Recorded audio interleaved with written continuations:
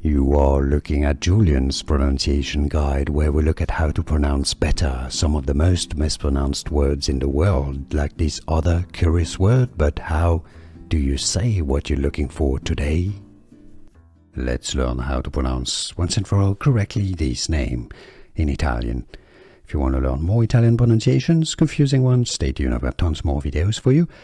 A brand name, also a first name, pronounced in Italian, Ciro. Yes, C before an I in Italian is pronounced like ch, like ch. Think cappuccino, for example. So Ciro. Therefore, if you want to pronounce it in English, the pronunciation, Ciro, from Italian, Ciro.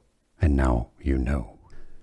Here are more videos on how to pronounce more confusing words and names too many mispronounced. Like this video if you found it useful. I appreciate your support. I'll see you soon and thanks for watching.